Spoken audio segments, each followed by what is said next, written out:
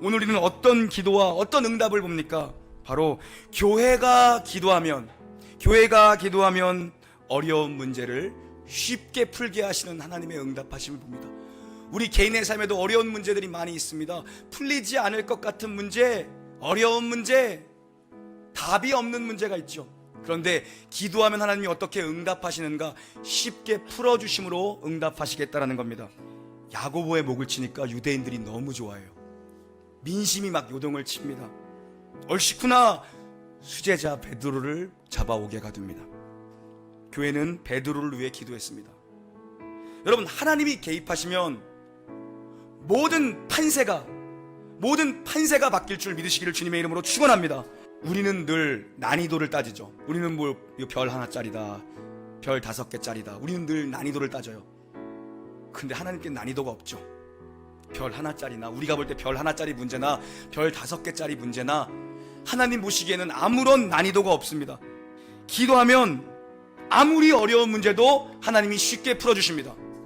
반대로 기도 없으면 쉬운 것도 꼬입니다. 쉬운 문제도 못 풀어요. 기도하면 영적인 질서가 잡혀버려요. 우선순위의 문제가 해결돼 버리죠. 기도하면.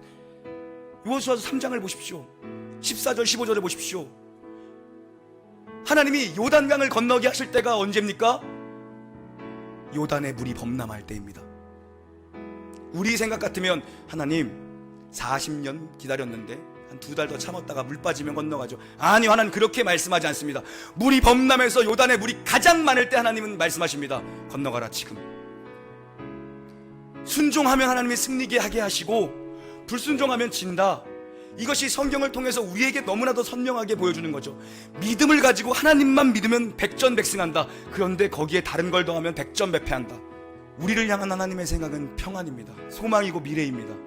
그런데 그 반대편에 있는 사단은, 그의 생각은 절망이고 불안이고 두려움이고 염려고 시기고 상처고 아픔과 거짓입니다. 그리고 분열입니다.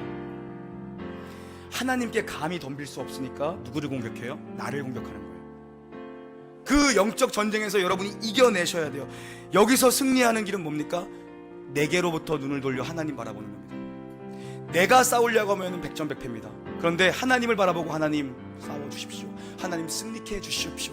하나님이 손을 대면 모든 게 쉽게 풀려. 꼬여있는 것들이 다 쉽게 풀려요. 근데 자꾸 내가 하려고 하다 보니까 더 꼬여. 여러분, 담임 목사를 위해서 이렇게 기도하는 겁니다. 종들로 하여금 담대히 하나님의 말씀을 전하게 해주시옵고, 이게 진리의 말씀의 교회입니다. 말씀의 교회, 진리의 말씀의 교회. 두 번째 뭡니까? 손을 내밀어 안수기도 할 때 병이 낫고 표적과 기사가 거룩한 종 예수의 이름으로 이 시대에도 나타나게 하여 주시옵소서. 그렇게 할 때 교회가 어떻게 됩니까? 교회가 흔들려 교인 모두가 성령 충만함에 받습니다. 이게 말씀과 성령의 교회의 모토가 되는 말씀이에요. 교회가 지금 그렇게 돼야 돼요. 말씀과 성령 떠나서는 아무것도 안 돼요. 말씀과 성령. 제가 지금 요새 계속 기도 얘기하죠. 왜냐하면 교회가 영적으로 빌드업 해야 돼요. 계속해서 치고 올라갈 때입니다. 축구 빌드업, 축구 골키퍼부터 공격으로 올라가는 거예요. 모든 성도가 전부 다 빌드업해서 올라가는 거예요. 전부 다 기도의 고조로 올라가는 거죠. 그렇게 해야 골이 터지거든요. 여러분, 믿음을 가지고 기도하십시오. 우리가 기도할 때 진짜 필요한 게 뭐냐 하면, 얼마나 하나님이 믿을 만한 분인가를 알고 기도해야 됩니다. 내 인생이 꽝이라 그래도 하나님은 믿어볼 만한 분이다. 그게 필요하죠. 어떤 막혀있는 문도 여실 수 있는 분이고, 어떤 묶여있는 어떤 것도 쉽게 푸시잖아요. 그 철통경비 아무 문제 되지 않습니다.